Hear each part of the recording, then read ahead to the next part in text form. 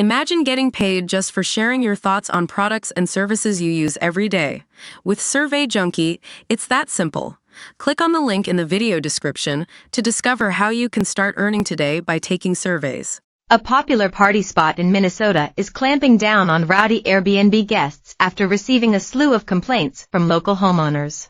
Otter Tail County, a picturesque area around 2 hours from Minneapolis, is known for its breathtaking waterfront views in a county that boasts of being home to more than 1,000 lakes. But in recent years, the tranquility has been trashed. It has slowly become a hotbed for rowdy lake parties and riotous bachelor parties that go on long into the night. Following backlash from homeowners that lost their sleepy lakeside lifestyles, the Otter Tail County Board of Commissioners voted this week to crack down on rental occupancies and noise levels. On popular rental site Airbnb, stunning lakeside homes are available to rent for up to $1,000 a night, with many featuring hot tubs and piers for jet skis and boating. Social media is awash with footage of revelers drinking on the many lakes and sharing yachts, with over 300 vacation homes on offer throughout Otter Tail County, reports the Star Tribune. Local homeowner Steve Erickson told the paper that his next-door neighbor put their home up for rental, which brought a fleet of unruly guests that partied into the early hours of the morning.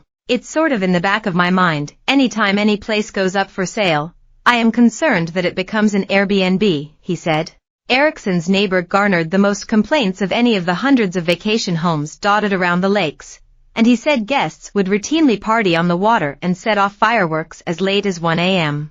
Following a barrage of complaints, this week the Board of Commissioners pushed through a host of new regulations. This included mandating quiet hours from 10 p.m. to 7 a.m., prohibiting the use of RVs, tents or fish houses for extra guests, and restricting the number of occupants by the number of beds or size of the home's septic systems. The maximum number of guests is also stipulated throughout the day, instead of just at night, to bring the number of people out on the lakes down. Chris LeClaire, the board's land and resource manager, said of the changes, "Those vacation rental owners need to be cognizant of disturbing the peace of the neighbors, so we're trying to make sure that these can coexist." However, some locals feel the move is overkill. When the new measures were voted on this week, only one member of the board, Commissioner Dan Bucholtz, voted against the moves, fearing it could scupper the town's summer tourism boom with the new laws set to come into effect July 1st.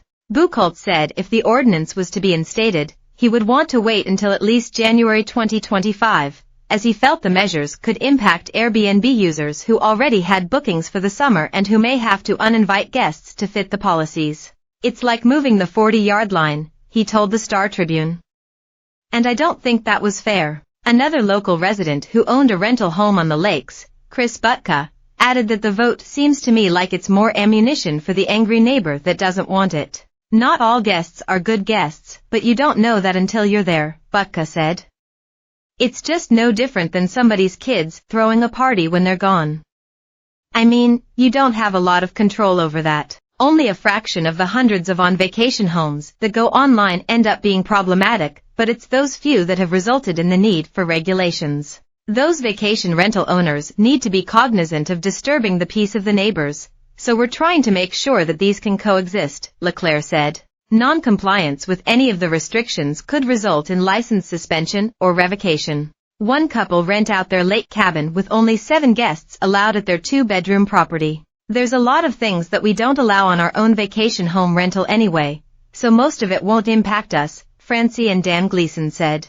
However, their main concern is that could be held liable for any civil or criminal penalties that are incurred on behalf of renters. "Somehow or another I'm going to be responsible and someone can come sue me and take my property because of some stupid frisbee or that the dog got loose," she said.